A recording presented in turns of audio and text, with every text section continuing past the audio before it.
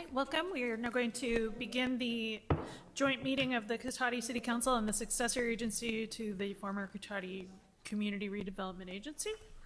Can we please have a roll call first? Councilmember Rivers. Here. Councilmember Lemus. Here. Councilmember Harvey.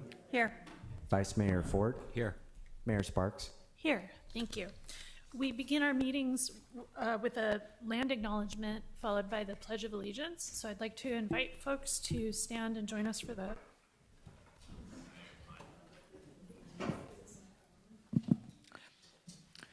The City of Cotati recognizes that we are on the ancestral lands of the coastal Miwok, who are the original caretakers of this area. We respectfully acknowledge the indigenous peoples who have been stewarding and maintaining a relationship on this land as knowledge keepers for millennia. This acknowledgement does not take the place of authentic relationships with indigenous communities, but serves as a gesture of respect to the land we are on. And now we'll say the Pledge of Allegiance.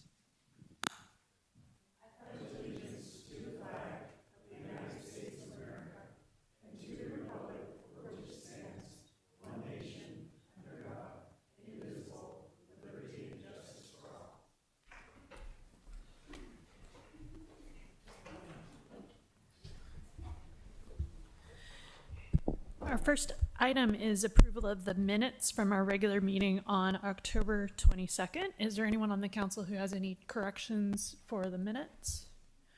All right, we are going to open this for public comment. This is a time, if you want to make a comment about the minutes from our last meeting, then you can come up. Is there anyone wishing to make a comment about the minutes? Not seeing anyone, we'll open it up to Zoom. Thank you, Mayor Sparks. Speaking to our Zoom attendees, if you would like to make a public comment on approval of the minutes, please use the raise hand icon.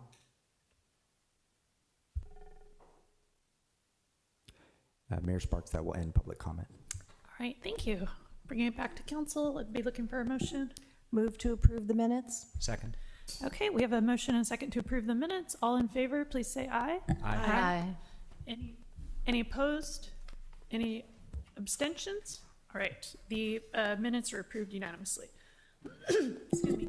Please bear with me while I read a few announcements. Meeting orientation for new attendees and viewers. In conformance with the Brown Act and the adopted City Council rules, this meeting agenda includes items labeled as action items where the City Council may consider the item. If the City Council considers the item, citizens will be afforded the opportunity to provide comments relevant to the item being discussed. The meeting agenda also includes a citizens' business item, which is the designated place on the agenda where citizens have the right to say whatever they wish. However, the Brown Act prohibits the City Council from taking action or considering any item that is not on this agenda to ensure that other members of the community who wish to provide comment are notified in advance through a properly noticed meeting agenda. Measure S supports police services, a variety of recreation programs for all ages, and the maintenance of our streets, parks, and public buildings. See details on the web at cotaticity.org. Citizens interested in receiving City of Cotati community alerts via text or email are encouraged to enroll with Civic Ready by signing up on the city's website, www.cotaticity.org, under the How Do I link at the top of the homepage. Like always, we love to hear from you, so please feel free to contact the city at 707-792-4600 or info@cotaticity.org. If you have a non-emergency issue after normal business hours, you can contact us at 707-792-4611, and of course, if you have an emergency, please contact 911. Continue to look for updates on the city's website and social media channels available on Facebook, Instagram, and Civic Ready. All right, now this is the time where we approve the final agenda for tonight's meeting. Are there any proposed changes to the agenda tonight? No, Mayor, no proposed changes tonight. Okay, so we'll skip right past that item. On to number 8, citizens' business and public comment for consent calendar items. And I just need a moment to check the comment cards that have come in and see if there's anything for citizens' business.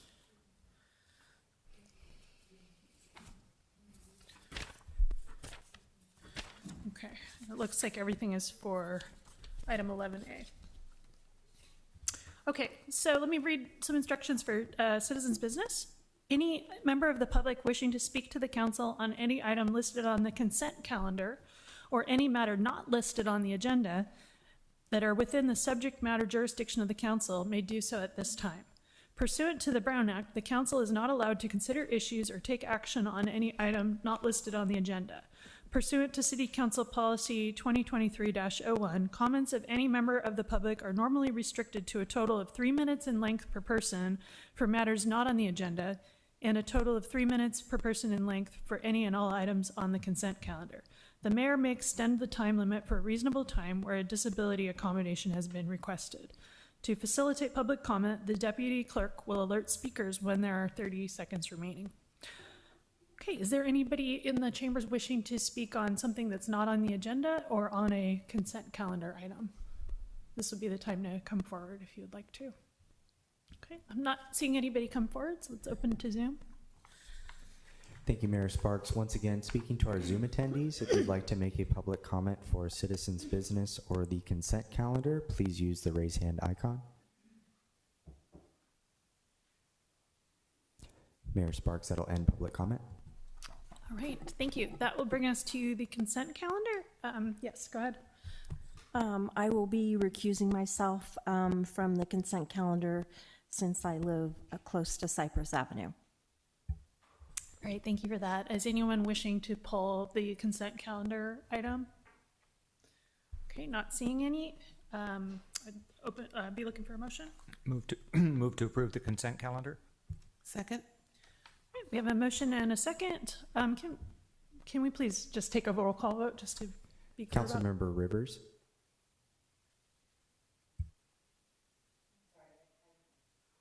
We're approving the consent calendar. Aye. Councilmember Lemus. Yes. Vice Mayor Ford. Yes. Mayor Sparks. Yes, and Councilmember Harvey has recused herself. Okay, that passes unanimously. This brings us to direction on future agenda items. Does anyone wish to propose an item for a future agenda? Okay, not seeing any. We will move on. So the first section tonight will be the appeal of the Community Development Director decision to approve a minor use permit to allow an unmanned telecommunications facility at 680 East Katati Avenue. I'd just like to explain what the process will be tonight for everybody who's here. So first we're going to have a presentation from staff, and then we're going to open it up to the appellant and then the original applicants to make presentations. Then we will have time for public comment where anybody who wishes can make a comment up to 3 minutes in length. Then we will bring it back to the council for discussion. Okay, so that's the order of operations of how this is going to work. All right, so I'd like to turn it over to Mr. Hausch for a presentation. Thank you, Mayor, council members, staff. Tonight will be Eli Areola, planning technician, who was the staff on the original project, and he's going to lead the presentation.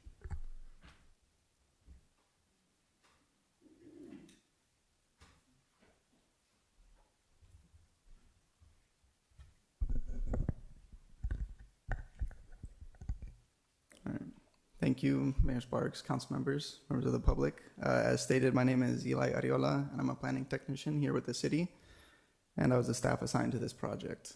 Tonight I'll be presenting the staff report for the appeal of the Community Development Director's decision to approve a minor use permit to allow a telecommunications facility at 680 East Katati Avenue. Next slide, please. The proposed project is a minor use permit to allow an unmanned rooftop telecommunications facility. The proposed telecommunication facility consists of 6 new rooftop antennas contained within 2 8-foot by 8-foot fiber reinforced polymer boxes that will be textured and painted to match the existing building. The telecommunication facility will also include base station equipment located outside at the southwest corner of the building. The base equipment will be screened from view by an existing 6-foot wall. And the proposed plans included as attachment A, beginning on packet page 29, illustrate the size, style, and location of the telecommunication facility. Next slide, please. 680 East Katati Avenue, indicated by the blue circle, is a 2-acre parcel within the Commercial East Cotati Corridor, or CE, zoning district with a general commercial land use designation. Next slide, please, Kevin. The parcel highlighted in red is currently developed with a health/fitness facility. The project site is located on the south side of East Cotati Avenue, and there are commercial uses directly to the west of the subject parcel and residential uses to the north, east, and south. Next slide, please. For some background on the regulation of telecommunication facilities, federal and state laws significantly limit the city's ability to regulate telecommunication facilities. Some significant legislation include the Telecommunications Act of 1996, which prohibits the city from conditioning or denying projects based on radio frequency concerns if the facility complies with Federal Communications Commission's, or FCC, guidelines on radio frequency emissions. The 2012 Middle Class Tax Relief and Job Creation Act requires the city to ministerially approve facilities that propose co-location, such as through a building permit.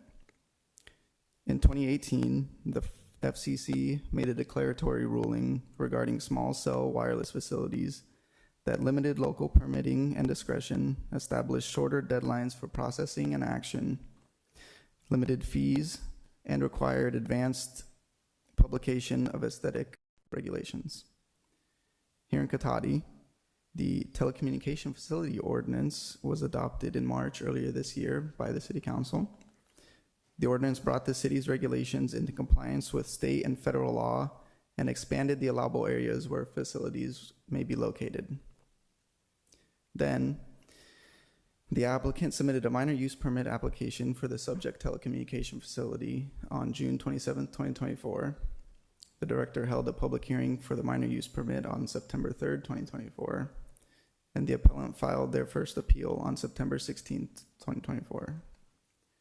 A public hearing was held for the appeal by the Planning Commission on October 7th, 2024, where, after consideration, no action was taken. And on October 17th, 2024, the appellant filed a second appeal to the City Council. Next slide, please. There are several claims alleged in the appeal, including that the director's decision to approve the minor use permit, 1, failed to consider the potential decrease in property values surrounding the facility, 2, failed to address the vulnerability of these antennas to cyber attacks and the potential loss of privacy, and 3, failed to address the perceived negative health risks associated with the cell towers. The appeal also claims that the project fails to address fire safety by omitting details on backup batteries. To the point of property values, each discretionary planning permit has associated findings that are required to be made prior to approval of the permit. The required findings for a minor use permit can be found in the attached staff report, in the attached resolution, and in the Cotati Municipal Code. These findings address a number of areas of concern for the city, including zoning and general plan consistency, site suitability, aesthetics, and public health. But potential impacts to surrounding property values is not included. On the failure to address cyber attacks, addressing the possibility of cyber attacks is outside of the purview of the city. Security of the cell towers would fall under the purview of the FCC and the applicant. The FCC provides guidance and regulations regarding cybersecurity, and as a private telecommunications provider, T-Mobile is responsible for ensuring the security of its network infrastructure. On to the perceived negative health risks associated with the cell tower. The director's decision conformed to federal law when considering approval of new telecommunications facilities. As noted earlier, Section 704 of the Telecommunications Act of 1996 expressly prohibits state and local government regulation of the placement, construction, and modification of wireless service facilities on the basis of environmental effects of radio frequency emissions, so long as the facility complies with FCC standards for radio frequency emissions. Next slide, please. The telecommunication facility is conditionally allowable within the CE district with prior minor use permit approval by the Community Development Director. The proposed facility will utilize a stealth design to complement the architectural characteristics of the existing building and is otherwise sited and designed in compliance with the requirements of the Land Use Code. The proposed project will not impact the primary use of the property, and existing access and utilities are adequate to support the project. As conditioned, the proposed project also complies with operational and maintenance standards pursuant to the Cotati Municipal Code. I would like to note that if this project is approved, future projects that propose co-location at this site will be ministerially permitted and not go through the discretionary hearing process pursuant to the 2012 Middle Class Tax Relief and Job Creation Act. Those facilities will still have to comply with FCC guidelines for the maximum permissible exposure limits for radio frequency emissions. And technical questions regarding radio frequency emissions can be directed to the RF engineer here in chambers with the original applicant. Next slide, please. The Community Services and Facilities, Economic Vitality, and Land Use chapters of the 2015 Cotati General Plan include several goals, policies, and actions that support the requested minor use permit. The most applicable listed here include Goal CSF1 to provide high-quality public services and facilities to all residents, businesses, and visitors in Cotati. Policy EV 1.2 to ensure the long-term public services and infrastructure needs of the community are met as part of the overall approach to economic vitality and sustainability. And Policy LU 4.1 to ensure that public facilities, services, and amenities are distributed in a manner that enhances the quality of life for the broadest number of Cotati residents. A longer list of sections of the 2015 general plan that support the requested minor use permit is included in the staff report. Next slide, please. The proposed project is exempt from environmental review under a Class 3 categorical exemption pursuant to CEQA guidelines section 15303, new construction or conversion of small structures. Next slide, please. It is recommended by the Community Development Department that the City Council deny the appeal of the Community Development Director's decision on Planning Application 2413 and reaffirm the approval of a minor use permit to allow an unmanned telecommunications facility at 680 East Cotati Avenue. That concludes my presentation. Thank you. All right, thank you very much. Now, before we open the public hearing, this would be the proper time that if anyone on the council needs to disclose any ex parte communication they had with, that it's not information that's available to the public tonight, then this would be the correct time to disclose that. I'll start on this side, yeah. Yes, I had a communication with the applicant, but I did not learn any additional information. I also had communication with the applicant, not the applicant, the appellant, before the original appeal was filed, but I think all the information we discussed is available in their appeal. And I also had a conversation with one of the consultants who, just to help me understand the FCC report. There's no additional information. It was just trying to understand the technical details of the FCC report.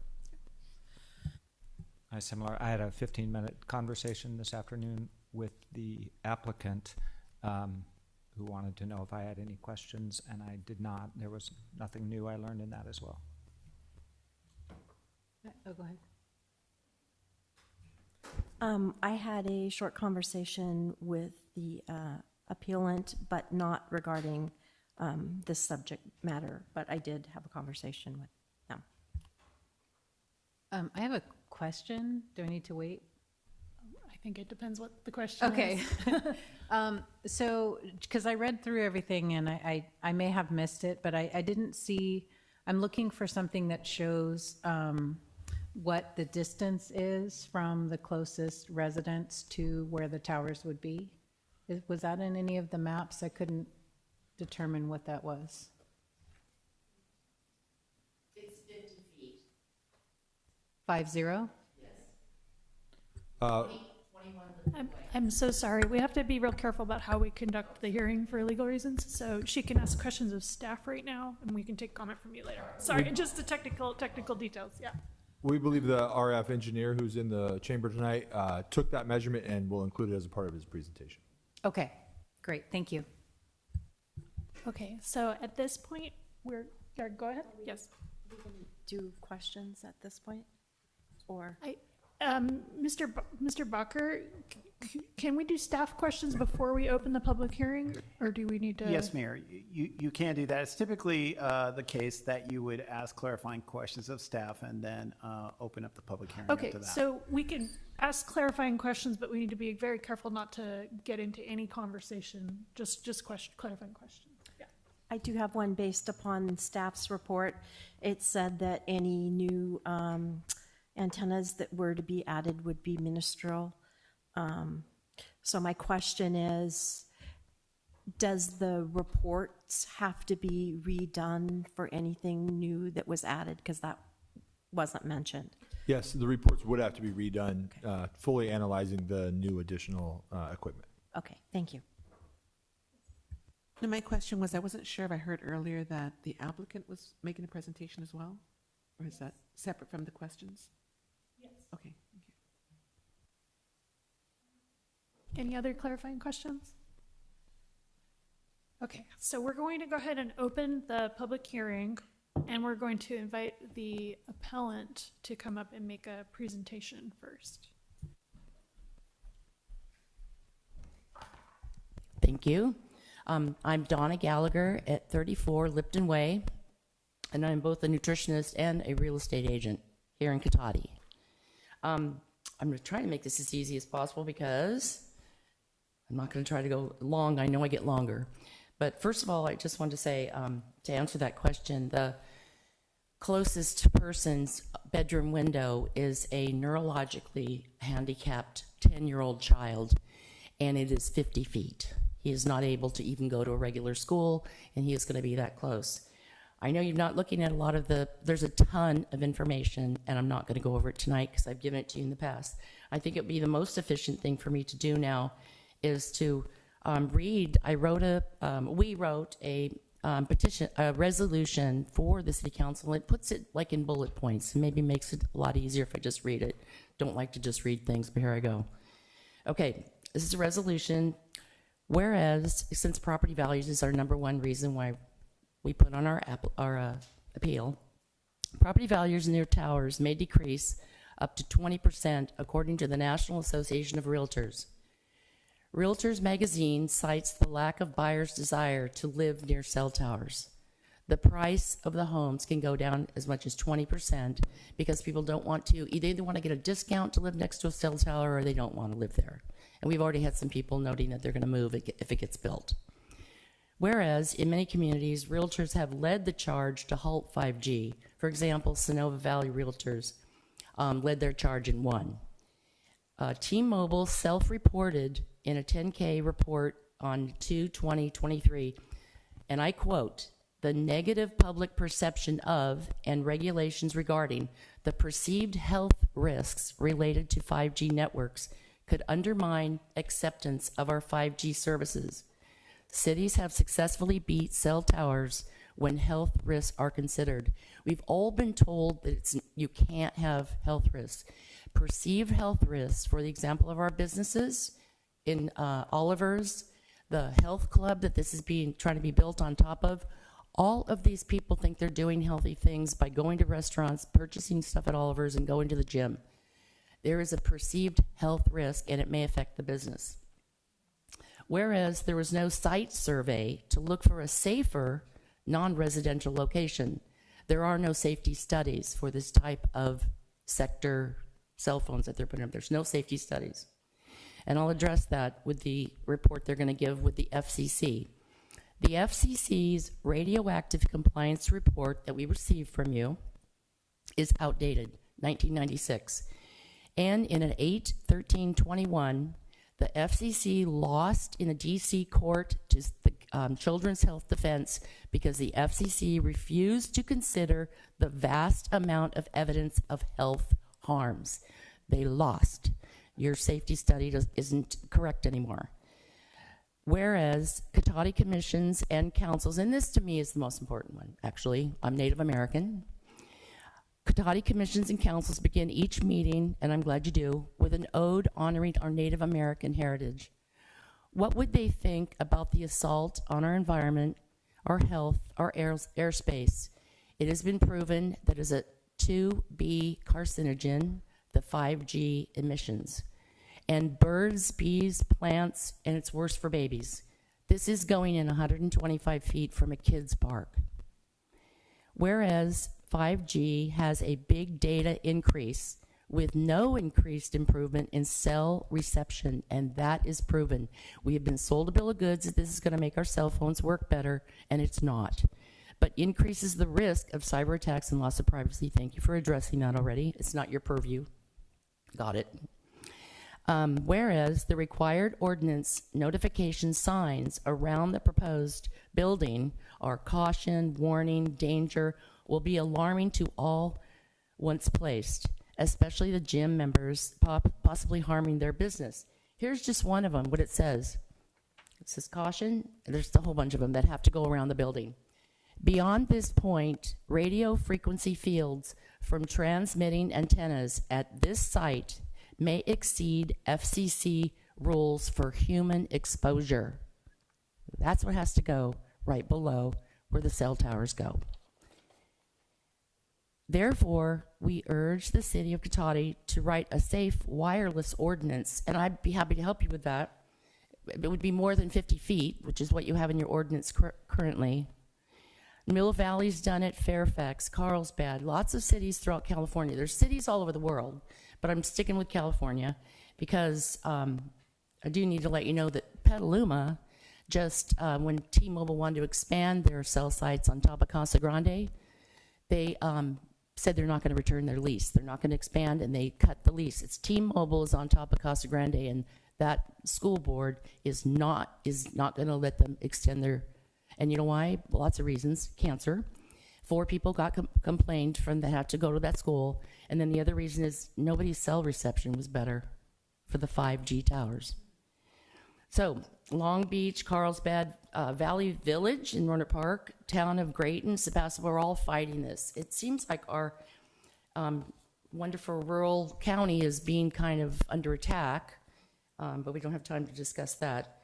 But I'm in closing, I'm almost done. I think it's really important, again, about the quality of life. What's the quality of life of that little 10-year-old who lives at 21 Lipton Way, and his bedroom faces exactly where that tower is being proposed? It is right there, and it is 50 feet. I measured it.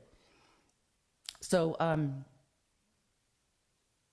I do wish to work with you more positively on this and not just be someone who's complaining, but we intentionally had an opportunity to use an attorney for this meeting, but I'm counting on the sanity of this wonderful city that I wanted to move because you guys are great. So the last thing is now, at the end of my resolution is, now therefore be it resolved, the Cotati City Council votes no to continue pursuing the T-Mobile project.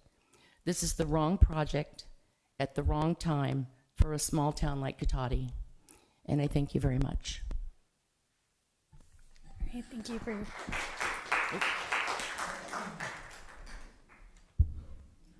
Okay, should I open it to the council for clarifying questions from the appellant right now, or should we save that till later? I think typically you would, I mean, if you have questions of the appellant, you certainly could do that. That's a Okay. council prerogative. Is there or any- mayoral prerogative. Is there anybody who wants to ask a direct question right now? I'll come back. Okay, I don't see any questions at the moment, so we can reopen the hearing later if we need to ask you questions. Okay, so with that, I would now like to invite the applicant to come make a presentation.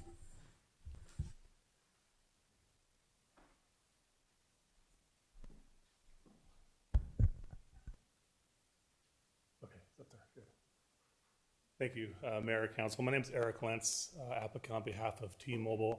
I do have a brief presentation to sort of start from the beginning here to show like why are we here, like how this area came about. So I'd like to be able to maybe clear some of the air on that.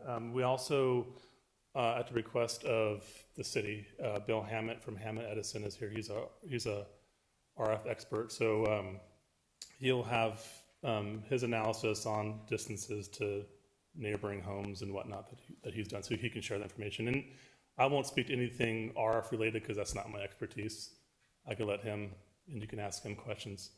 Next slide, please. Okay. All right, so this facility that is proposed is what we call a rooftop facility. It's not a tower. This is not a cell phone tower. Cell phone towers, those large structures are metal, and there's multiple carriers, microwave dishes. This is what is called a base station or a support structure for a wireless facility. It'll be on a rooftop. It'll be fully screened from view. A little over a year ago, T-Mobile had approached City of Cotati because the zoning code was outdated for wireless, and just recently this past year, the code was updated, and T-Mobile then submitted an application based off the brand new wireless code. What is proposed here is the least intrusive means to install a rooftop facility. And that's the Chapter 1744. The project is consistent with the telecommunication design guidelines that were adopted in 2021. Like I said, the site is fully concealed on a commercial building. It's consistent with all the state and federal regulations. And just as a reminder, RF frequencies, how they're not to be considered in city decisions, that's Section 704 of the Telecom Act of 1996. Community benefit, there's approximately 3,635 residents that will receive service, T-Mobile service off of this location. And further, the County of Sonoma has a broadband action plan as well. So this is part of a larger plan of connectivity for both commercial, private uses, and also emergency uses as well. Next slide, please. So the location that T-Mobile is searching for is predominantly residential. And so T-Mobile is tasked to look at property that would meet the zoning code. So commercial buildings is typically, if you're doing a rooftop facility, we look at commercial buildings, not residential buildings. So this building that the gym was in the C2 zone, it's a commercial building, and it provided opportunities to fully conceal the antennas. The next slide, please. So this was in staff's presentation as well, but this is before, and then the next slide will just show you after. There's 2 cupolas, there's 3 total sectors of antennas, 2 antennas per sector, and these are directional antennas, so they kind of like turning on a flashlight and the light goes one direction. They're directional antennas. So the energy, the radio waves from the antennas go in a specific direction. Not omni antennas, they don't go 360, they point specific directions. In this case, there's 3 of those directions. Next slide, please. These are coverage maps. These are the closest surrounding T-Mobile facilities in the area. I believe all the other ones are actually towers. You can see on the left-hand side is this existing, is the site without the facility. So you see the town of Cotati has what's called a gap in coverage. That's where you see that dark purple on the left-hand side, right in the middle. And the proposed facility is just above that along Cotati, along the main commercial corridor. And you see on the right-hand side, that's an after. So you can see before and after. There's still gaps in coverage around the county, but this provides a opportunity to close a significant gap in a major commercial and residential area. And the next slide, please. You could see this sort of isolates that particular facility, just showing how kind of the reach of these cell sites. Next slide, please. So again, the search area was pretty small. There was really one main commercial area to do a rooftop facility, and the one that was selected was the taller of the roof. So the photo I have here shows that we're not looking at any other commercial buildings in this area because the building we're on provides the height necessary. There's no obstruction in front of the antennas. The coverage objectives can be met. This is just a picture kind of facing south to kind of show the surrounding commercial buildings. And then the next slide is just really the first slide that one thing I wanted to mention too, there was the talk about 5G and I was like hacking into services, and that comes from, there's a thing called 5G edge technology, and none of the carriers in the AT&T, Verizon, T-Mobile, nobody's doing that. That's, if you think of old telephone companies, they have buildings where the calls are made in and out of. These are your AT&T hubs, for example, or a T-Mobile has a hub. Those are secured. The 5G edge is a thought that at some point, some of that technology can go out, like cabinets would go out into the public, on the sidewalk. That would be closer to where actually the wireless facilities are. But that's not being deployed anywhere in the country by any carrier. So that aspect doesn't really apply to what we're proposing here. We're just proposing a rooftop facility fully screened that is the least intrusive means to close a significant gap. And I'm here to answer any questions if you have any. Thank you. All right, thank you. If you could remain, would you mind, would you mind staying at the microphone? I think I saw a question. Yeah, go ahead. Yeah, one of the questions I have, you talk about that it's fully enclosed. Mm-hmm. What is it enclosed by? Is it like any EMF reducing, like nickel or copper or anything like that? What the stealth structure, the screen material?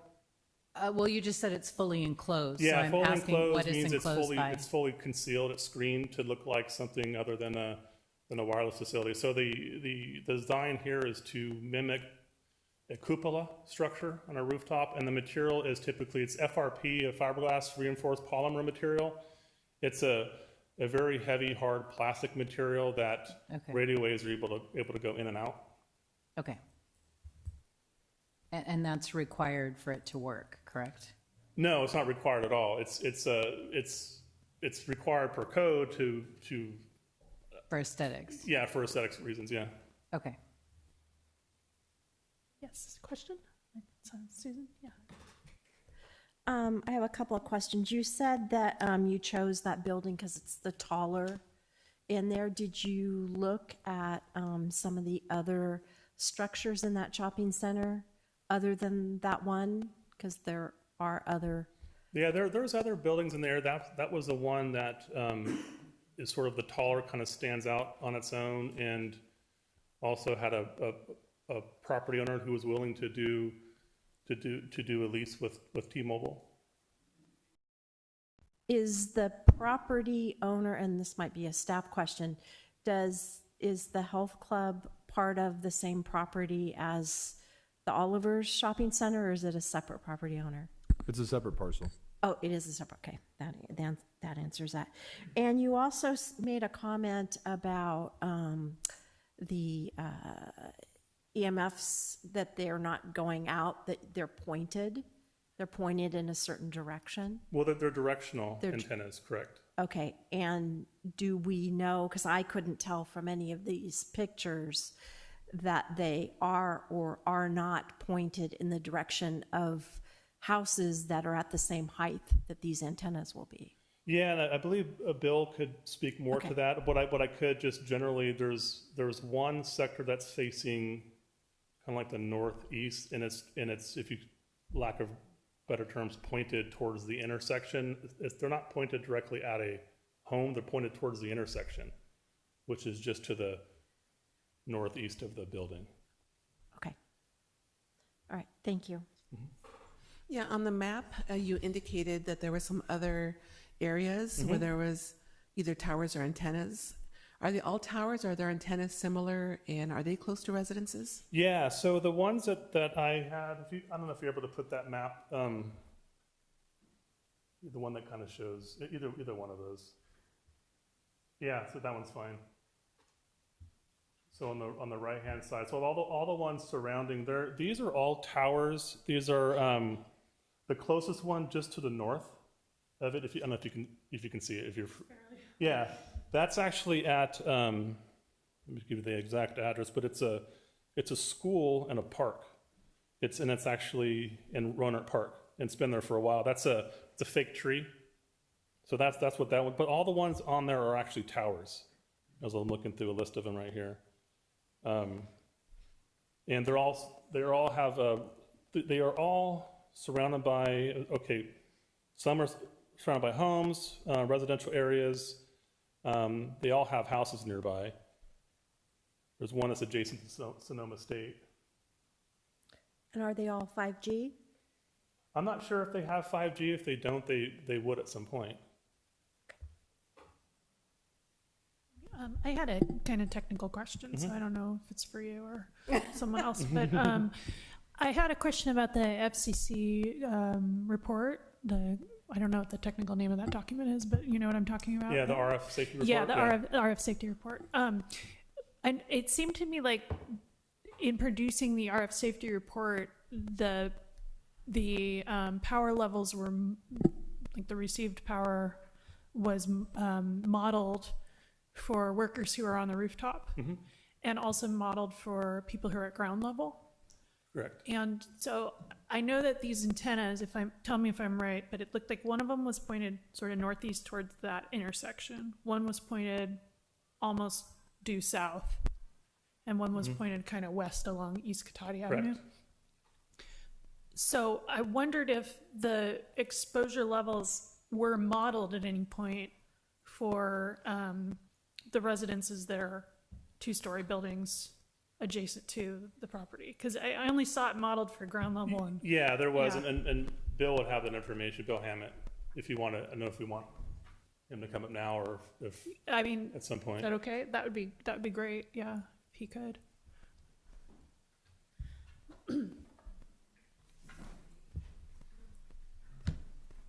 Good evening, council members. My name is Bill Hammett. I'm a registered professional engineer in California, licensed by California. I manage a firm of 8. We're located actually over the hill in Sonoma. A regular part of our practice is the calculation and the measurement of radio frequency exposure conditions. This has been my principal focus for 39 years. During that time, I've done 25,000 site evaluations. McGraw-Hill has published my book on this topic. As engineers, our job is really straightforward. What are the exposure levels and how do they compare to the federal standards? Because we deal just in facts, we work across the field consulting for wireless carriers, for cities and counties, for landlords, and for private individuals. T-Mobile has asked me to evaluate for this proposal the exposure levels in the neighborhood on Lipton Way, directly to what you were asking about. We've projected the exposure levels at all of those buildings, some of which are 2-story, some of which are 3-story. The maximum at any of those, the top floor elevation, is 35% of the limit. So the federal law allows up to 100%. That's by definition 100%. This is at 35% below that. And we know these numbers are conservative. In the 39 years, we've not found a single instance of a wireless antenna emissions exceeding what we had calculated. That is, our numbers are conservative. We know that. Several questions came up that I'm happy to talk about. One is the direction of the antennas. Your analysis is correct. One is going at 30 degrees toward that intersection. The other one is going at 150 degrees more to the south, and then the third is pointed due west. They're not narrow beams. They're providing service in all directions, but that's the way the maximum power level from the antennas is associated. And so we took that into account when we looked at the different buildings, their position relative to the antennas, the orientation of the antennas, the distance is greater than 50 feet because the antenna is set back from the edge of the building, about 40 or 50 feet. So we took all those numbers into consideration, and we did the worst case level at the top floor elevation of the buildings, and that maximum is 35%. So as staff explained to you, and as I'm sure your city attorney would confirm, if it meets the 100% requirement, which this does, then you're preempted by law from considering the impact of radio frequency exposure levels. And this facility, as proposed, will comply with those federal standards. So I'm happy to address other questions that you might have. I see Vice Mayor Ford give you a chance to ask a question. I was wondering if you could speak to the effect of building materials on radio frequency in this band. Certainly, that's one of the things that makes our numbers conservative, is that the energy doesn't like to go through something you can't see through. So building materials will heavily attenuate the power of the signal. When we're taking measurements in a home, it's very evident that factor occurs. And by way of interest, people tend to have in their homes wireless routers, microwave ovens, things that produce more exposure levels near them than anything that would come off of the tower. All right, just to follow up on that, is that at the same types of frequencies? Like within a home, you'd see at the same types of frequencies that these antennas would Same use? types of frequencies. They have different bands for different purposes, but they're right next to each other in terms of what the frequencies are. I'm not sure if this is within your expertise, but can you talk about the exposures from the radios in the devices we hold next to our heads versus the exposures from the antennas? The exposure levels are often higher from the handheld device. The handheld device in the old days was analog, and it was always transmitting. It's long since been digital, so it gives a burst of energy to send a signal and then is off. So it's not on a continuous basis, but it can be higher. That's correct. So you did the modeling, and models are just that. They're models. But how do we know that they represent exactly what will be installed and exactly what will be out there? Is there any kind of modeling or monitoring or testing or ensuring that what gets put up there meets and is exactly what you put in your model? So there's kind of modeling, which is in a lab on a computer, and then there's reality that happens. What happens there? Are they retested when they're put up there? So the permit that would be granted lists the specific references to drawings, which have the specific antenna models that are going to be installed. So our model is based on those antennas, those specific antennas with their specific antenna patterns, the energy patterns from the antennas. Those are modeled based on that particular model of antenna. So if something else is installed, it wouldn't be in compliance with the permit, and that'd be a different issue. So that's one aspect of what you asked.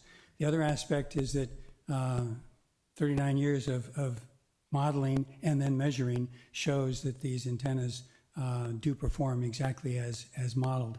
And our model and our assumptions are conservative. One of the ones was building materials. Another is that they're on at full power, which is often not necessarily the case. And there are other conservative factors that are taken into account. So does anyone do any testing after they're put up there? So like you said, they're a certain kind, but they're supposed to be in a certain direction. What if they're off by a couple of degrees, or however that works, such that they're now pointing somewhere else, and then that would put your does anyone actually go out there and measure that?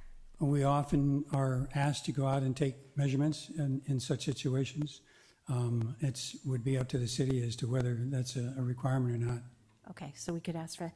And then my other question has to do with, so this report that we got, it talks a lot about the occupational aspect, but in the summary and conclusions, it does not say anything about the general public in that summary and inclusion page. And I was curious as to why, if what you're saying is that it's within the realm of where it's supposed to be, why that wasn't mentioned in the summary.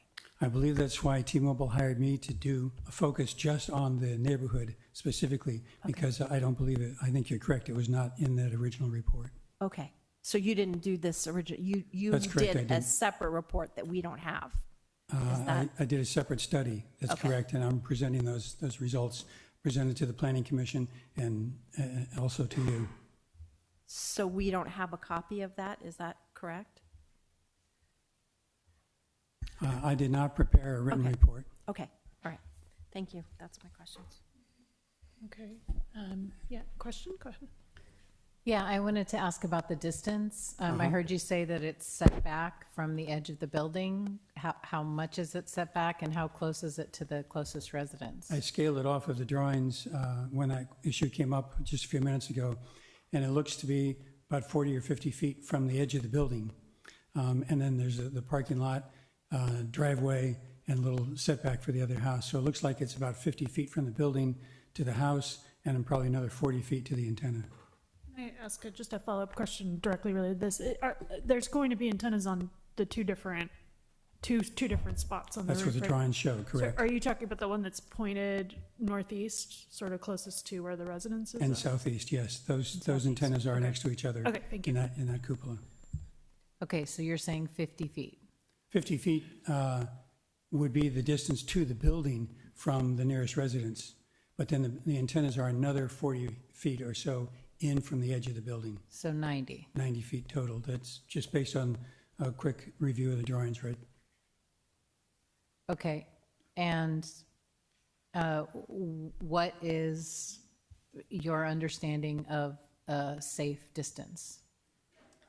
The safe distance depends on the antenna, how much power is going into it, its pattern, the height relative to, all those factors go into play in order to determine whether it's in compliance or not. Okay, so in this instance, right now that we're talking about, Yes, in this instance, for the top floor elevation in any of the buildings, the maximum exposure level is 35%. okay, so I'm not asking the percentage, I'm asking Okay. a safe distance. A safe distance. Yeah, I have not calculated the occupational issue of how far on the roof you would need to be from the antennas to be below the limit. That's an occupational question. There's no distance off the building at which that would occur. So that, and I'll put it another way, 40 feet would beyond 40 feet, it would be less than the limit, less than the limit of, 100%. The limit by definition is 100%. okay, so I'm sorry, so is the limit safety? Like, I'm not understanding the connection between my question and your answer. Okay, so, well, I'm just not understanding. or I may not have that number actually calculated, because it's an occupational question to determine at what distance the exposure levels fall below the standard. Below the safety standard? Can I- Yes, below the safety standard. When I say the standard, I'm talking about the limit that the FCC adopted at the direction of Congress Right, for exposure levels to be considered in compliance with the standard. The standard includes in it a 50 times safety factor below anything that science says might be an issue. So safety is ensured by complying with the standard. Can I just say what I think I'm hearing, and you can tell me if it's right? Is I think the calculations that he did were to model how much is being received at different locations, and it's complicated because it depends on what angle you are away from so the safe limit would not necessarily be the same distance in all directions. And so I think he's unable to give you a straight answer of what the safe distance is because he just didn't calculate that. And it would be somewhere closer than 40 feet. Correct. Is that what you were That's a saying? good summary, yes. Okay. okay, so then what I'm hearing is 90 feet is safe. it is not a dangerous or unhealthful amount of EMF from this device. That's correct. It's well below the federal limit. Okay. Okay, are there any other questions? All right, and I was not attempting to espouse any opinion on any of this, just to see if Clarifying. I'm understanding what you're saying and clarifying it. Okay. Thank you. Thank you very much. Any other questions? Okay, so at this time, we're going to open it to public comment. I did receive a number of comment cards.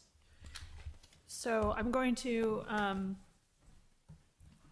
call names, and I'll say the name of the person to come up and then the name of the next person who will be coming up, so you can have a chance to prepare. When we've gone through all the comment cards, I will open it up to Zoom public comment. And when we're done with that, I'll open it back up to the chambers to anyone who didn't submit a comment card. Okay, so everyone who wants to speak will have a chance.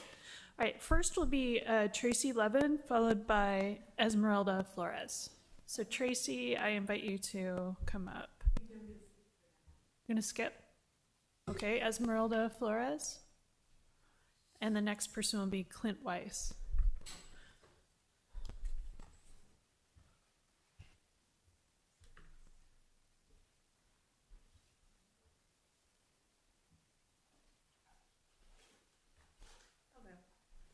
Hey, welcome. My name is Esmeralda Flores, and I am an RN. Oh, sure. That better. Okay, so I'm a nurse. I'm a registered nurse. I have several concerns. Obviously, the property value. If I were to sell my place and it's that close to my place, would that? I know that that's not important to some people, and that's, you know, no here, no there, because people are going to get their self-service. My also concern is radiation. So I know that I'm right behind that complex. I'm on Lincoln, so I'm right behind. We walk through there all the time. You know, we go to Starbucks, we go to Oliver's. I am exposed at work for radiation because of my job. We do procedures, we do ERCPs where people come. I mean, that's a little, I just want to tell you what happens. So when people have, say, a gallstone, we get exposed. We have to wear lead. We mark how much we get exposed. Not only do we get exposed there, but we have our cell phones, and now you're going to have this, maybe not tower, but this is going to be in my backyard. I think even though that I am far away, I still have to worry about other cell towers, not just T-Mobile. I have to worry about, AT&T, Verizon, whoever. So my concern is, even though if you have an FC, regulation that we're going to be safe, that standard to me is not enough, because it's still going to be constant. And maybe not now, but I see patients I've seen patients, I worked in oncology as well, where Sonoma County goes to UCSF for having cancer. So that is a concern of mine. If we're having this close to home, I'm like, okay, so maybe not now, but when if I make it to 70, if I make it to 80, that's going to be a concern if something happens to me then. So I don't know. I think that's it for me now. Okay, thank you very much for your comment. The next speaker will be Clint Weiss, followed by Donna Gallagher.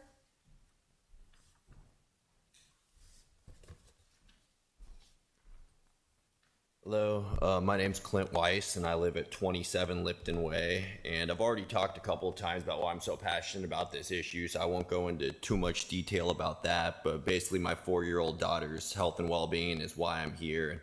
It's my #1 priority, and I'm going to do anything to avoid a cell phone tower directly outside of her window, even if that means moving, but that's my family's last resort. We love this community and want to raise our family here, and I'm hopeful we can work together and find a solution to this. And I empathize with the feeling of having your hands tied as a local government when large companies have so much power and the federal and state regulations often work in their favor. But I know it's a tough battle, but I believe it's something we could work together and overcome. I just read about a case in Nevada that followed an almost identical arc of the process that we're going through right now, where they successfully appealed the Planning Commission's approval of a cell tower at a specified location back in August. And this was a rural area where only one resident was actually affected, and the local government got on board and heard them out and actually fought to get it in a different location.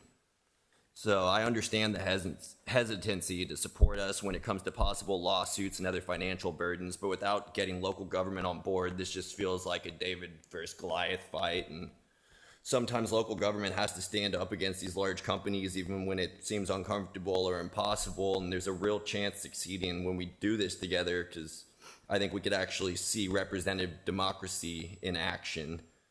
And I just wanted to end by saying I noticed on the T-Mobile report of benefits to community, it was basically just increased cell service. And if our values are around technological advancements and financial growth, I think we just have to completely reevaluate our values as a community. All right, thank you. All right, thank you for your comment. Next will be Donna Gallagher, followed. I actually asked him because you had the other. Oh, okay.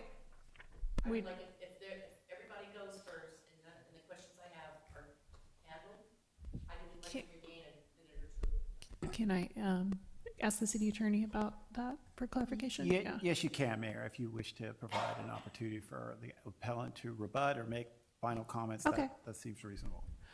And I could probably provide opportunity for both to rebut. That would be appropriate. Yes. Okay, so we'll give you the chance.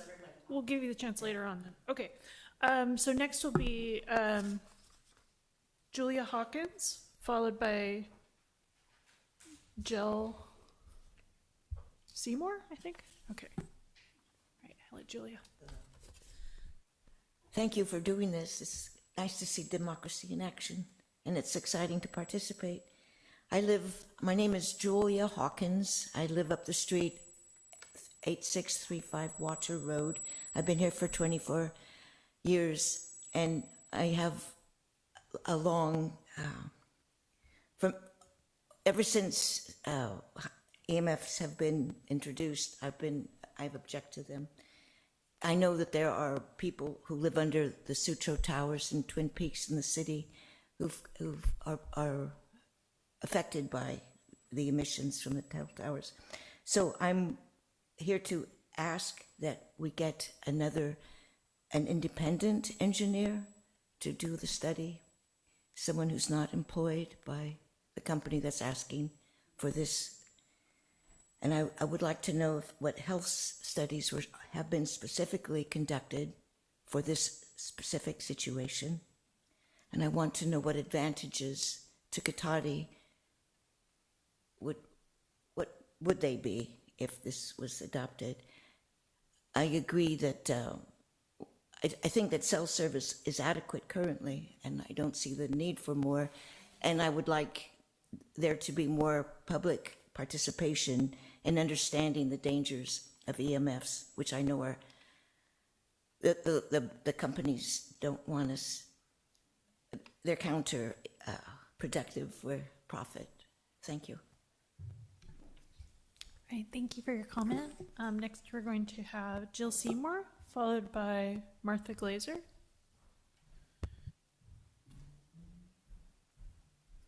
Good evening. My name is Jill Seymour. I live at Holiday Park, which is right behind Oliver's, the condos there. I think there's 300 total. There's a lot. So I understand what T-Mobile's trying to do, like we all do. Everybody wants better self-service or the cars and all the driverless cars and whatnot. But you have to look at the kids. There's so many kids. City of Cotati just revitalized that park out there, Cotati Park. That's a $2 million project. There's a lot of kids out there, and that's less than 1,200 feet from those towers. And I know when they said they were going to put 6 towers for T-Mobile, but then they also said at the planning meeting that I was at, the first one, that then T-Mobile, if they approve it, T-Mobile do 6, Verizon can do 6, and AT&T can do 6. That's 18 towers. How did that work? How much radiation is that? That's insane for kids in these parks. And I know you guys' hands are tied with FCC regulations, and it's true. You can only have so much power, but you got to work with the citizens, because there's children that are so susceptible, their little brains can't take all that. And I have a friend, she's an insurance agent. I do commercial insurance and bonds. I bonded that project, by the way, at Cotati Park. And she owns property, and she leased her building to put cell towers on top. They put 4 cell towers on top of her building. She got $1,000 per tower, okay, in the lease. And every time they go in the building, they get ringing in the ears. And they said, we wish we would have never done it. So, that's something. So I'm just hoping that the city will, take a look at maybe a different location that's not so close to the parks where the kids are, and people sit outside of Oliver's and eat out there, and it's too close 30 and it's seconds. too much. So maybe we could work something out. Thank you. All right. Thank you for your comment. Next will be Martha Glazer, followed by Jennifer Laporta. Hi, it's nice to see all of you again. My name's Martha Glazer, and you've all asked really great questions, so thank you. And I think the reason it seemed like, Dr. Rivers, it felt like we were talking in circles, is there's no safety limit in this country. What's considered a safety limit by the 1996 Telecommunications Act that the FCC's mandated to follow or prescribe is, and I didn't prepare this, I prepared several speeches that I'm changing as I go to address what's being said here. The levels that were established in this country far exceed the levels in other developed countries, and I think it behooves you all to look up the levels in other countries and just compare that. So I think that's a question there's not an absolute value for that's been established yet. There are other studies that Bioinitiative report is one that speak to a cancer level, but again, this is something you should look up. And as well, it would be valuable to look up, so the FCC actually is in violation themselves of not following through on a court order that they were sued in the 9th District, they were sued equally, not just the Children's Health Defense, but the Environmental Health Trust. And they were mandated to update in 2021 their regulations that should take into account all of the myriad aggregate radiation inputs that we're all receiving now. If they're in violation, to me, if I were an elected official, I would think, hey, if they're not doing their job, I think that gives us a little more strength to stand up and say, we don't have to just capitulate, because the agency that is supposed to be regulating and establishing new norms, establishing new safety levels, is not doing their job. Their norms were based on a very specific small level relative to now, small level of radiation from, let's say, a handheld device. And if you all, I'm sure you've heard this before, if you look at the legal writing in your phones, go to settings, go to general, go to legal, and in there's fine print that tells us do not put the phone next to our bodies. And it talks about SAR, specific absorption rates. These are things that were normed on big men, a big male model, years ago, and hasn't been taken into account. One last thing I just want to say.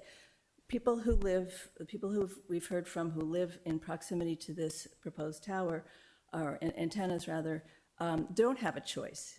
So when you say, well, it's the same, or when you're told it has the same level as what's in average people's homes, they can choose to do what I do. I have 0 RF in my home.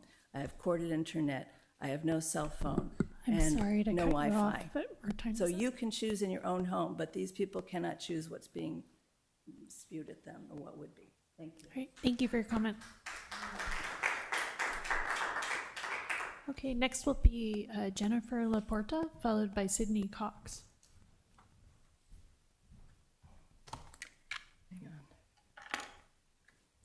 Thank you for your good questions, you two.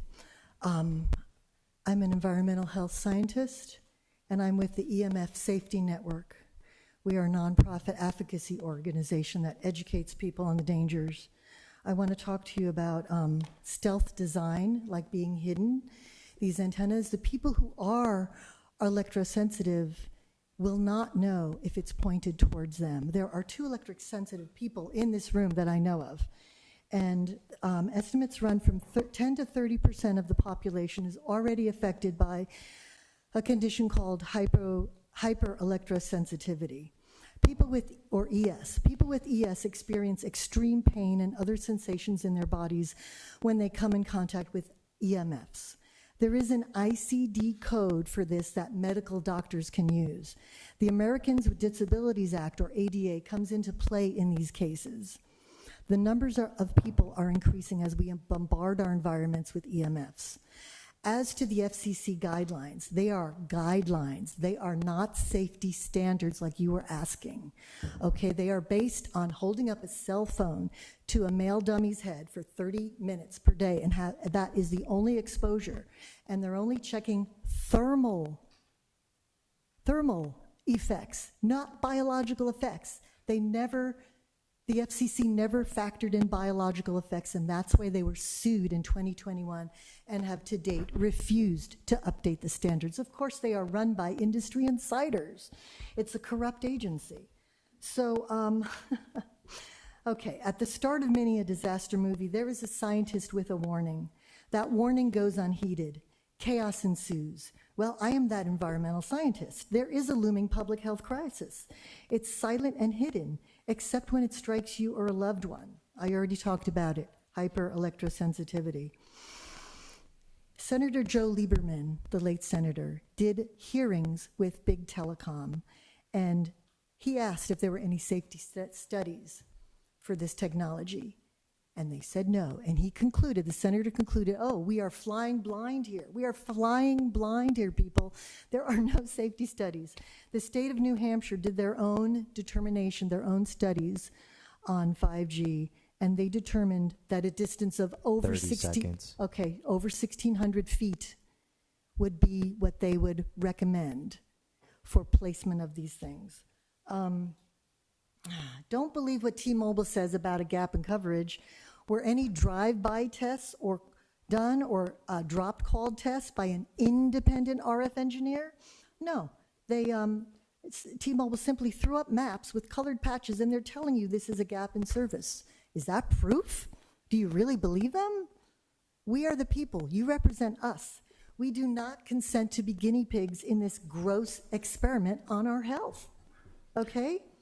I'm sorry to interrupt, but your time is concluded. Okay, but you need to know about this. Thank you for your comment. I can educate you.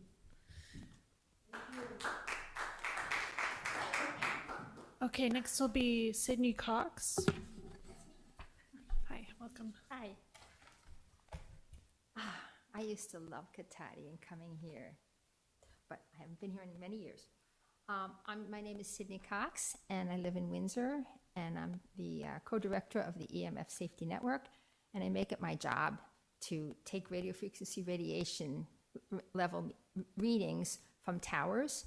And I just want to say there's something called the pluming effect, and that's when the radiation from the tower comes out, or you should say the antenna. This isn't a tower, these are antennas. It comes out and it plumes. So I have taken readings right under antennas at Doyle Park. And I found, I pace it off and I know what 100 feet is. And I have measured higher levels at 100 feet than right under the tower. That's why I'm very concerned. When I looked at the map and I saw these people's homes so close, I just started to cry because I feel so sorry for them. They are not going to be healthy. They're going to get sick. I can say with all certainty, and bless your heart. Anyway, I do believe that it's your job to pave the way for the aggressive business objectives of T-Mobile. I'm sorry, I'm very emotional. I don't think there's been a good enough determination of alternate sites. I don't think there's been a good enough determination of gap in service. Those colorful maps can be easily manipulated. There's been no drive-by testing to determine this. And my whole thing is verification. If you want to verify, you need to verify. To not verify is like believing a used car salesman who says this car is great and you don't take it for a test drive yourself. You're putting people's lives at risk. I know you're wonderful people. I really like you all, just from hearing you tonight. I know you don't want to do that. And I want to say something about this gentleman talking about the FCC guidelines. So I have some visuals. Here's a visual. This is part of the Telecommunication Act of 1996. This is how you determine the FCC levels. It's probably hard to understand this, but it talks about aggregate, exposure time, and aggregate, and it's a very complicated formula, and this explains this, and I created this, and I understood it at once, but it's hard to explain it, and I can't explain it right now in this few minutes. 30 But seconds. if you really want to understand this, you need to go to the FCC information and look it up, and then you'll see this formula and see how it's figured out. Okay, I have 30 seconds. And then I also figured out what the levels are for 30 minutes, sorry, on this chart. And this is the level, it's only for half an hour, 30 minutes, the FCC levels. But what happens if you're exposed 24/7? You're way over the limits at 24/7. So I did this, and a friend helped me make it graphic. So this is something that I could send you if you want. Finally, the gentleman, I got talk fast. The gentleman said 35%. 35%. I'm so sorry. I have to hold everyone to the 3 minutes. I got it. Yeah. Thank you so much for your comment. Okay, I did have a card from Tracy. Did you want to take your turn? We're not allowed to share time between different people according to our city council rules, but if you'd like the chance to speak, you're welcome to come up now. Okay, so we'll go ahead and open it up to Zoom. Thank you, Mayor Sparks. Speaking to our Zoom attendees, if you'd like to make a public comment on this item, please use the raise hand icon.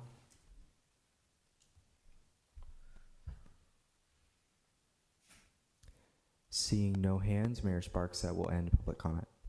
Okay. Is there anyone else in the chambers who wishes to comment? You're welcome to come up if you haven't spoken yet. Good evening. My name is Cheryl Brinks. I live on Bay Tree Court across from the gym. I've been listening to everything everybody's been saying, and I wholeheartedly am been looking at all this too and behind everybody's comments. But nobody has brought up the fact that where I live, I've been a T-Mobile user for 5 years now, and my reception is pretty good. I walk all over Katati with my dog every day. I never have a drop of connection. I wear my AirPods and listen to music or whatever and walk all over town. But there's one place almost inevitably I lose connection, and that's in the neighborhood right behind the Veterans Center. So that's all I wanted to say is I'm a T-Mobile user. I have no problems with my cell phone service. I'm happy with it. It works for me. And except, I can't remember the name of the street where those nice 2-story houses are, but right behind the Veterans Center. So That's all I wanted to add today. Thank you.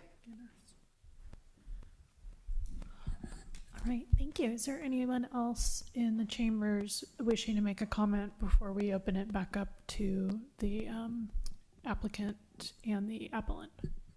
Yes. I think you've spoken already. I think we need to stick to our rules and give each person one turn. But at this, okay, yeah, come on up.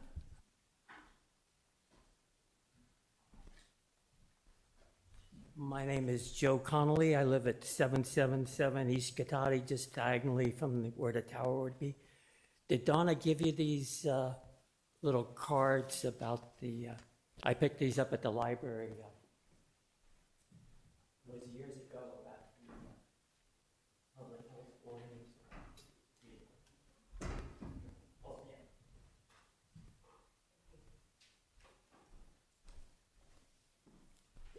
And anyway, they have some things that I believe in.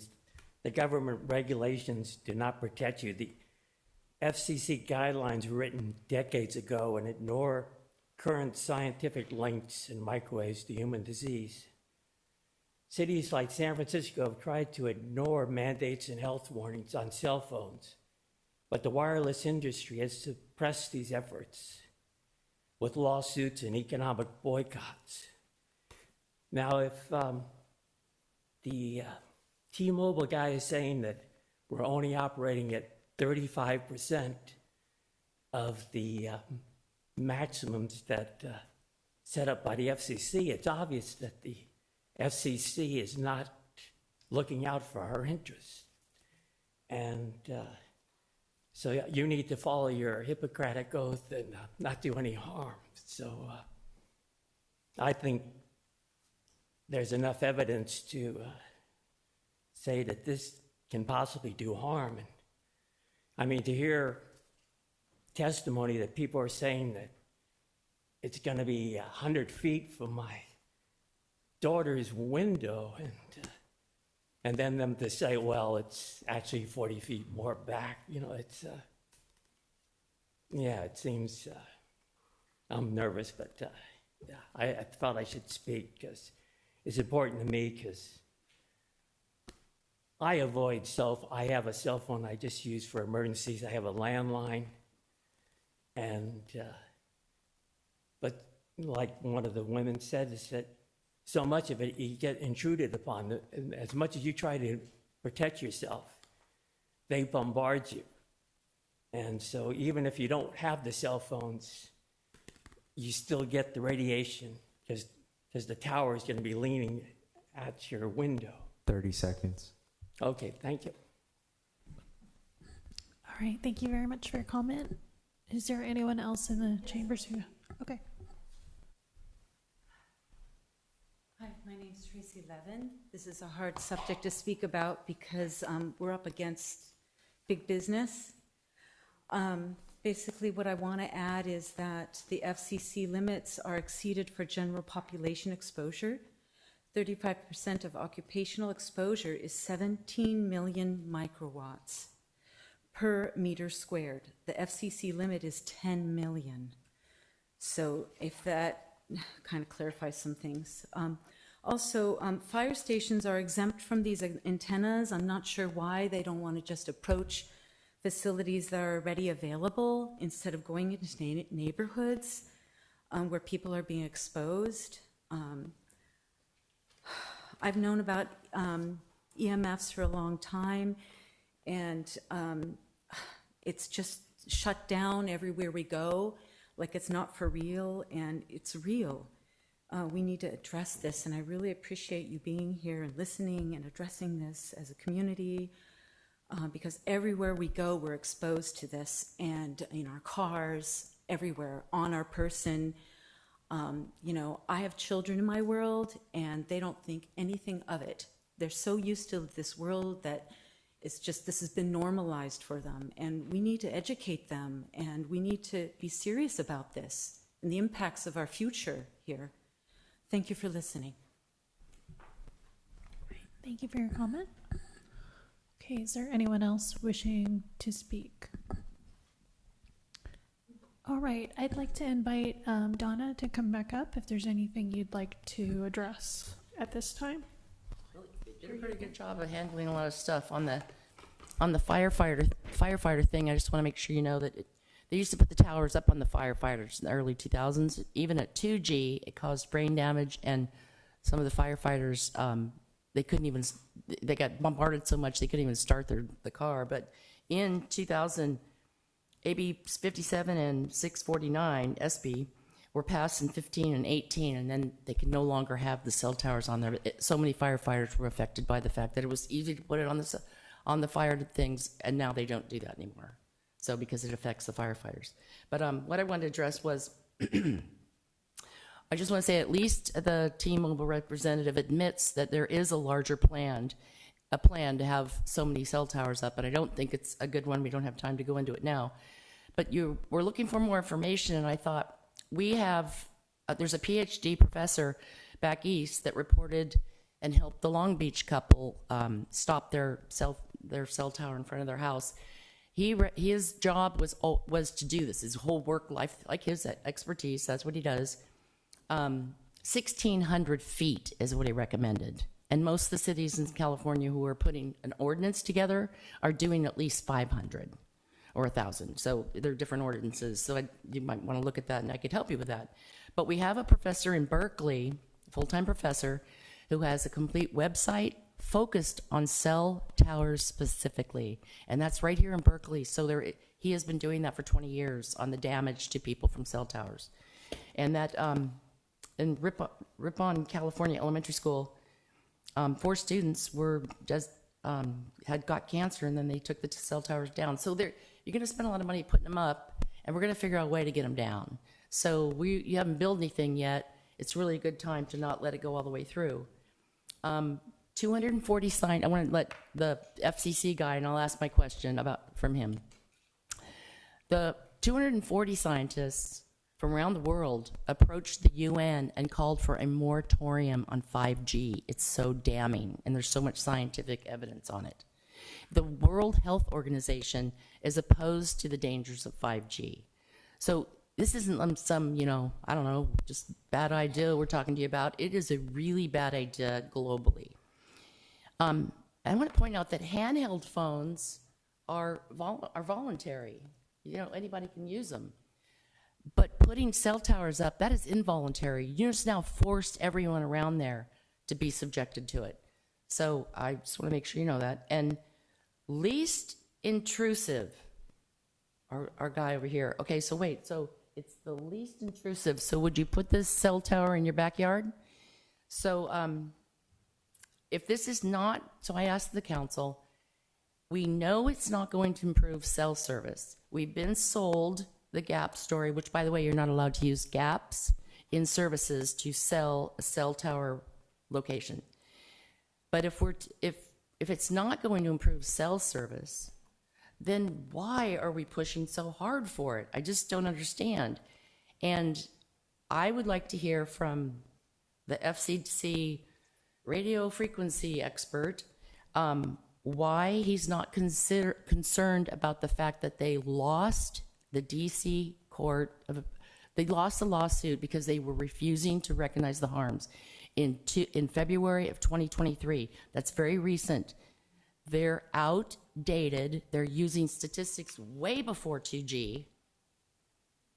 And they're asking to put 5G in neighborhoods with information that isn't even correct for 2G. So that's the question I wanted to ask him. The FCC outdated.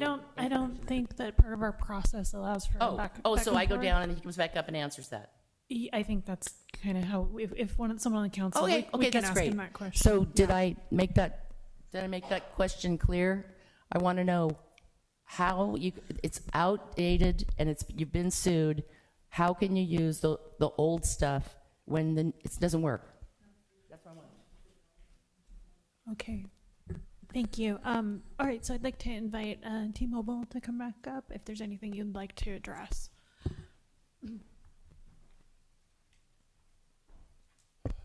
Thank you. Again, Bill Hammett is in the audience if you have any specific questions. There's a lot of comments relating to RF.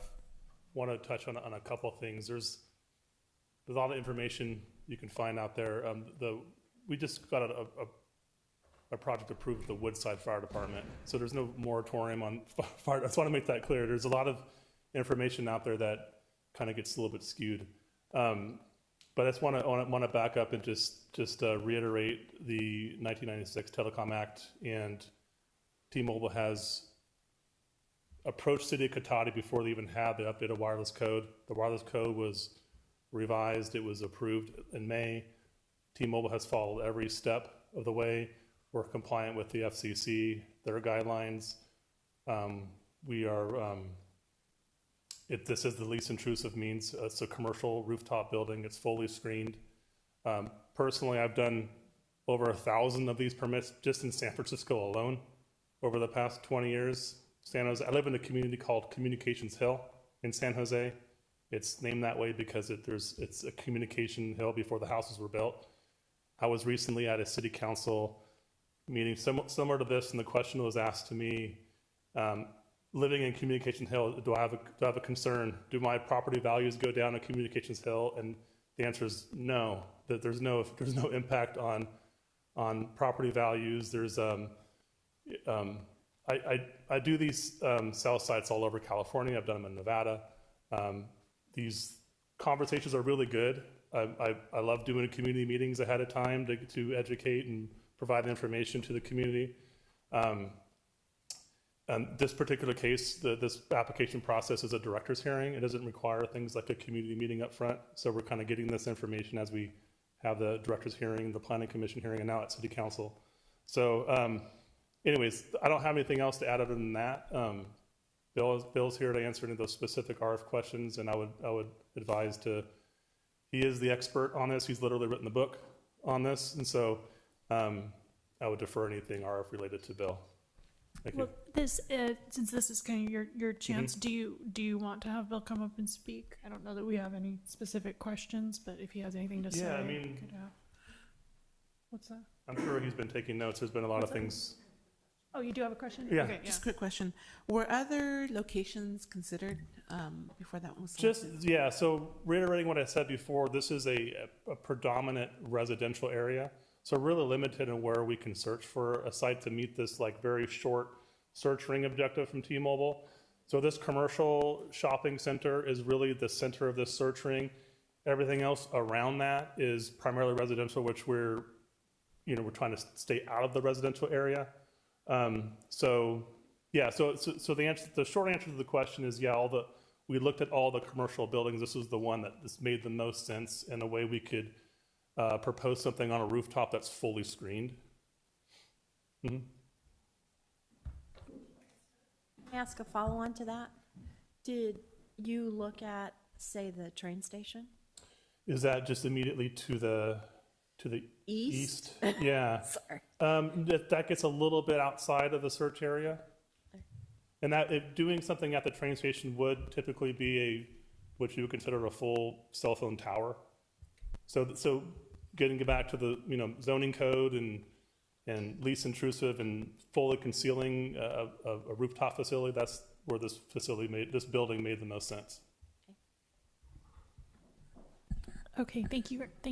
Oh, sorry, one more question. Yeah, I'm not sure if he would answer or Bill Hammett would answer the question about, I keep hearing that, towers and antennas kind of used interchangeably. So I just want to know the differences as far of effects of towers and antennas.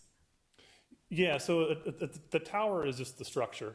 So a cell phone tower would be a large metal, they make them look like fake trees, or it could be a 200-foot tall tower with multiple types of antennas on it. This is a rooftop facility that is, we call it a base station. It's a support structure. So the intended use of this building is something other than a wireless facility. So it's not a tower, it's a building that we're putting antennas on it. Essentially the antennas that T-Mobile would put on top of this building would be very similar to antennas they would put on a tower. Any other questions? Okay, yes. Can I follow on to that? There was a question raised about 6 versus 18 because of Yeah. AT&T and Verizon and all that. What are your, since you've done thousands of these in Yeah, so- California, do you so the- typically cohabitate with those? Yeah, it's or- pretty often, and almost every city requires that, a co-location. So the 6 versus 18, those are the number of antennas.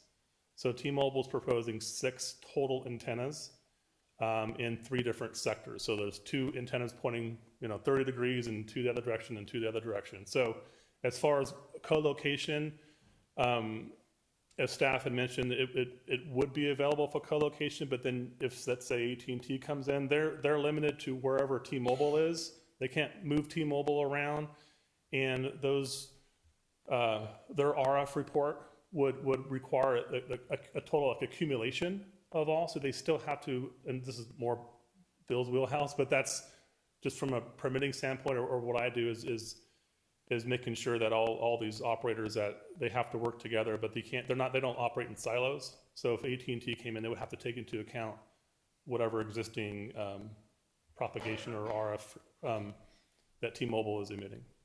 Can I ask it another way? Since these are specific to 5G, they're not the big towers that you're talking about. Do you have any other where you are cohabitated with the 5G? Like on a building on this stuff? Yeah, I would say on a building. So Yeah. typically, these are downtown areas. So San Francisco has hundreds of them. Okay.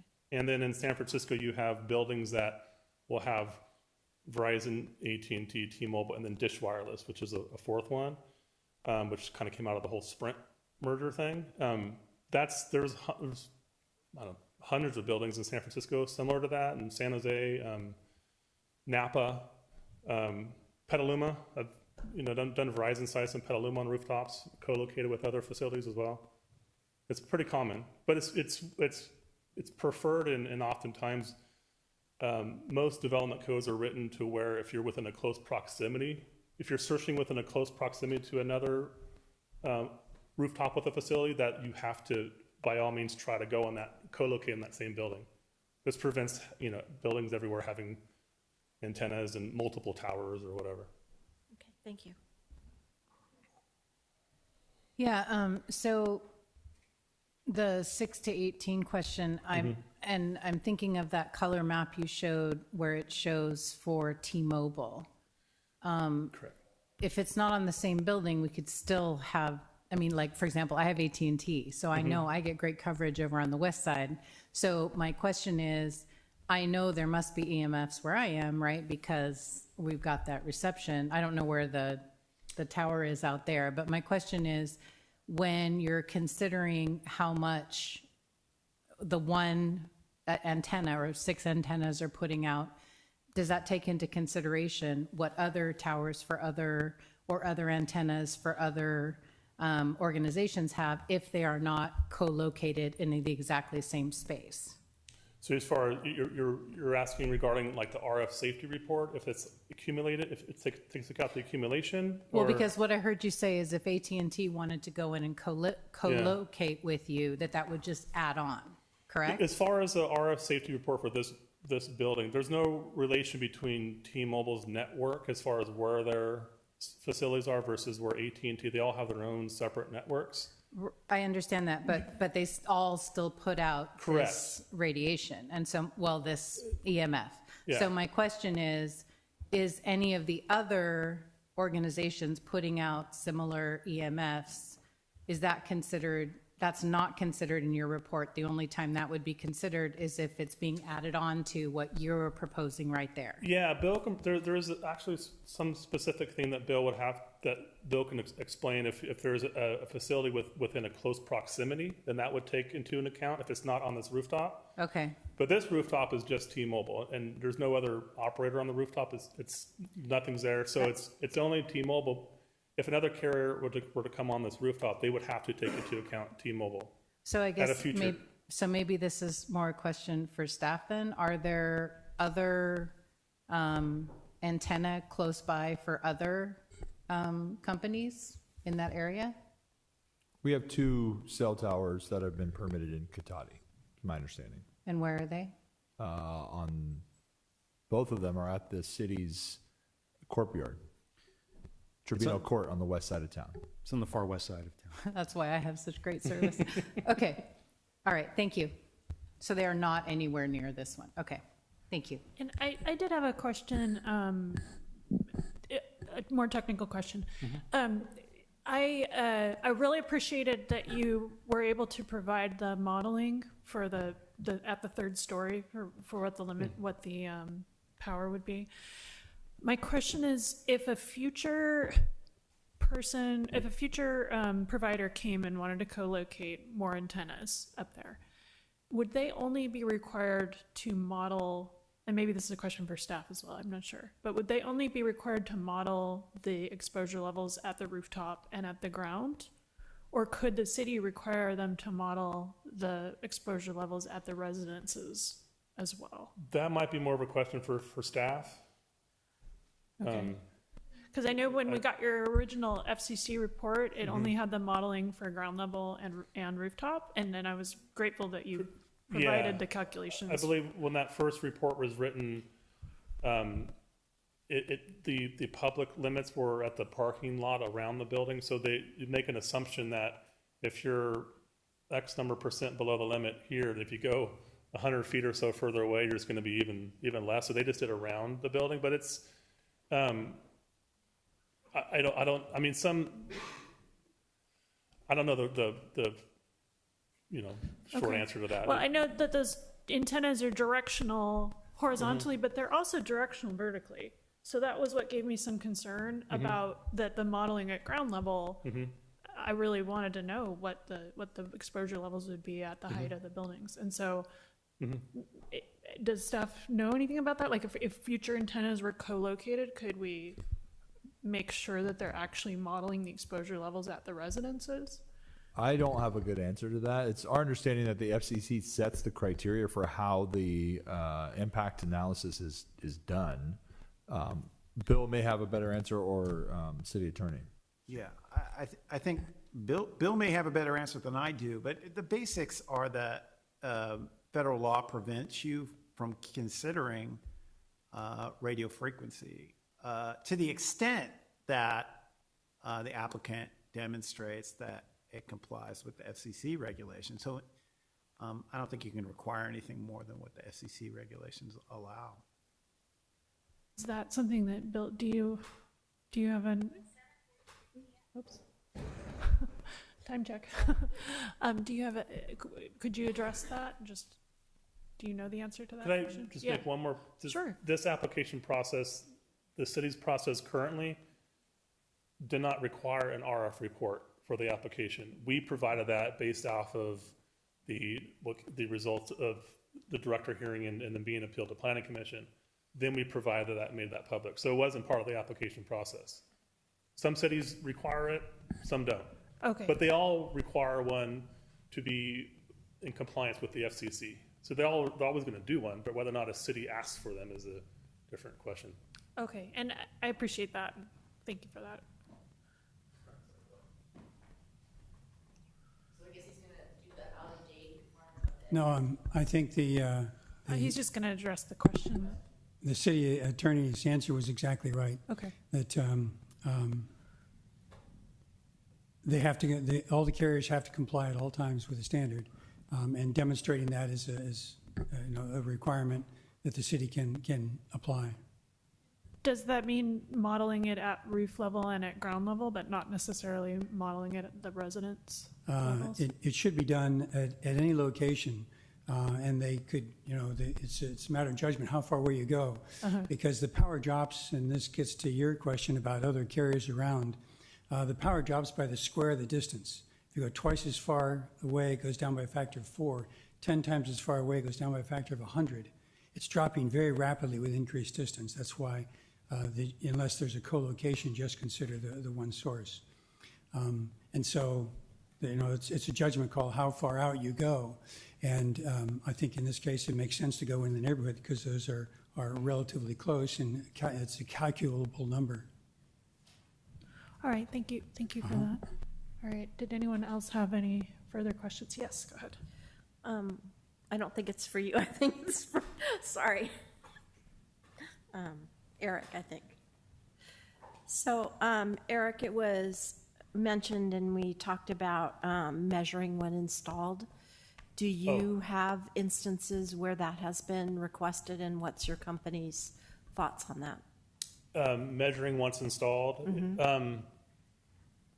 I can speak from experience. So like the city of San Francisco, for example, offers that as a service. You contact the Department of Public Health and then they can set you up. They hire people like Bill or who have calibrated, these aren't things you buy off Amazon. These are like $10,000, $15,000 pieces of equipment, and they can monitor. I don't know how other cities do this as far as, I don't know how they make that part of their code or whatever, but I know that's the only experience I have is with San Francisco, and it's part of what they offer. As a city, the city does it? The city doesn't do it themselves. They would contract out and have someone go do a post-install reading. I think Bill's done those before. You've done them? Yeah. Okay. So, okay. All right. Thank you. Okay, any other questions? Yes, go ahead. One more for Bill. Sorry to make you keep doing this. I just wonder if you want to comment at all on 1996 regulations. Sound pretty old in these days, and the way things are changing. And I just wonder if you have any comment on I know the legal issue. I'm not asking the legal issue. Just Understood. What's your thought about the current state of those regulations? And Well, there's standard-setting bodies around the world that are looking at the same set of studies. This is the 2019 study, which is the most current one.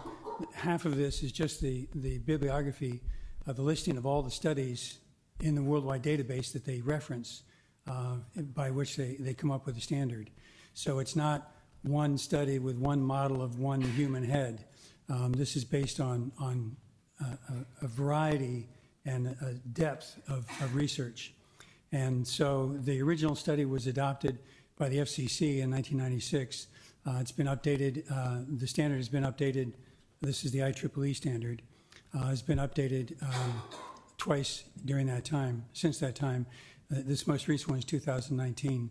The ICNIRP standard, the International Commission on Non-Ionizing Radiation Protection, is the standard in Europe and other Western countries.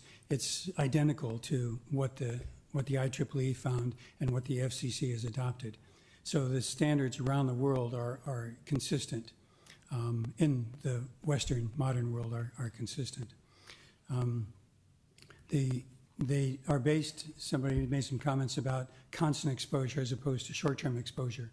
The standards actually allow for higher levels for shorter periods of time, but our analysis is always based on the most conservative study, which is constant, 24/7.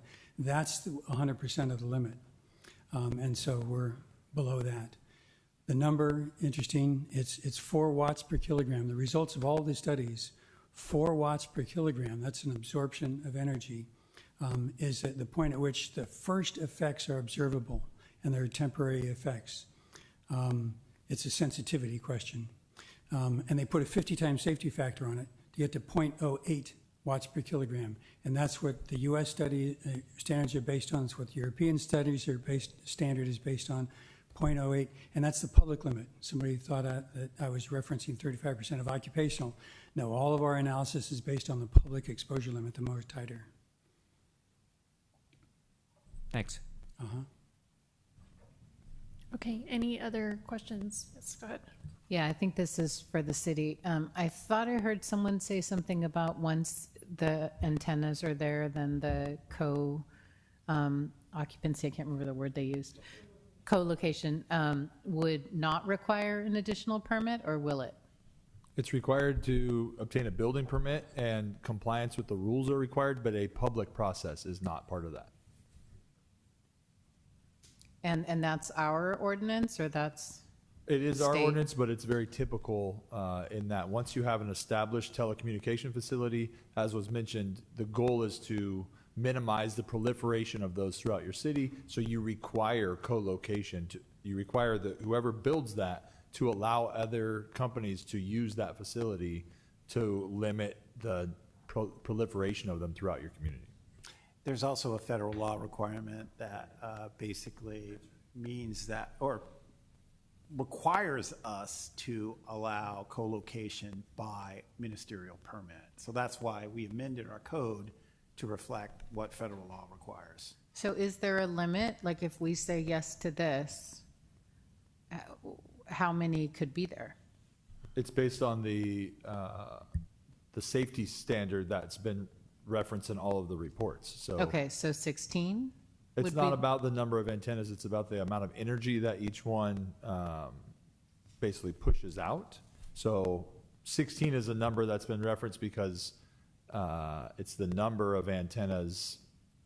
Basically, this application is using 35% of the 100% threshold, so they just multiplied the number of antennas in Oh, this by okay. 3 to get to that assumption. So they're saying, by current understanding, 16 of them would put that up to 100%. Okay. Sorry, 18?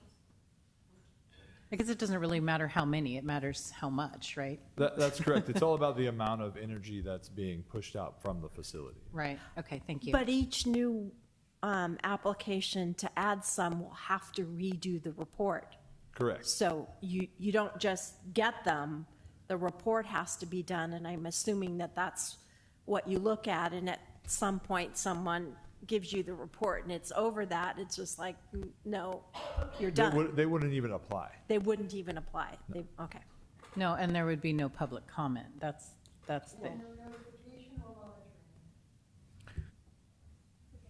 Are there any other questions from the council? Yes, go ahead. So, Noah, it was mentioned by T-Mobile that typically it's a city that would measure after installation. Is that something that we've considered doing? I've never worked in a community that did that.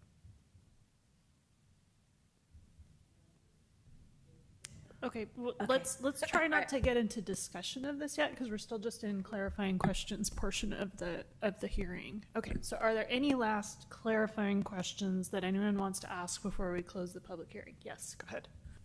So, building on that, is that something that we could do?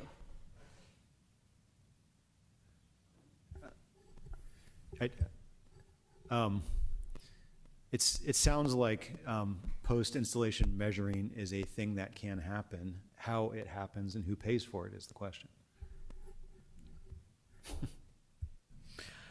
Okay, so last chance to ask clarifying questions. Any more questions from anyone? Okay, we're going to close the public hearing. And at this point, I'll open it up to discussion. So now we can take into account all of the testimony that we've heard and discuss how we're going to rule. Would anyone like to start us off with their thoughts on this? Yeah, go ahead. Since nobody else jumped. So first, I just want to say I really feel for people who are worried about potential health effects to their families. As somebody who's had serious health issues in my family, potentially environmentally caused, I get that concern, and I just hate the thought of living with that fear. On the question of cell phone coverage, the very first member of the public who contacted me when I first let people know that I was running for council 4.5 years ago, the very first public comment I got was by somebody asking me what I was going to do about Cotati's crappy cell phone coverage. And it has continued unabated for 4.5 years. So a few people who have good coverage doesn't convince me that our cell coverage is good. So I have spent a lot of time since the agenda was published reading on some of the websites that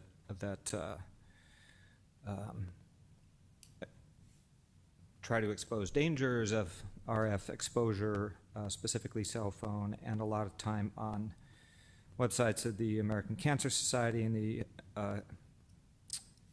the World Health Organization's International Association for Research on Cancer, IARC, which I believe is the body that listed RF exposure as potentially carcinogenic in 2011. So, to make a long story short, well, the precautionary principle is often brought up as something to consider as the principle should be to not do something until we're certain that it will do no harm. And I'm afraid certainty doesn't exist in this world. And so this comes down to a matter of risk assessment. And there are, by my reading, there are very few scientists currently studying the issue in the overall scope who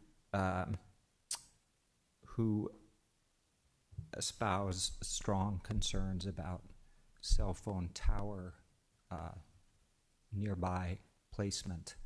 Far more concerning is the exposure from the handhelds themselves. They're sitting next to my body all the time. And it is not clear that a closer cell tower actually exposes people to more RF than a farther away cell tower. Farther away cell tower means your cell phone's putting out more energy to reach that far away cell tower. So distance from a cell tower does not sway me as the measure of exposure. The IARC, because they're concerned about it, did launch a fairly major cohort study, which just announced 2 months ago, that they found no correlation between any cancer occurrences and cell phone use. Cell phone use is the only proxy that we have for RF exposure because we don't have direct measurement on people's bodies of RF exposure. That's extremely difficult to do. So all that, I should have prefaced all that by saying I am convinced by the legal reality that we don't get to consider RF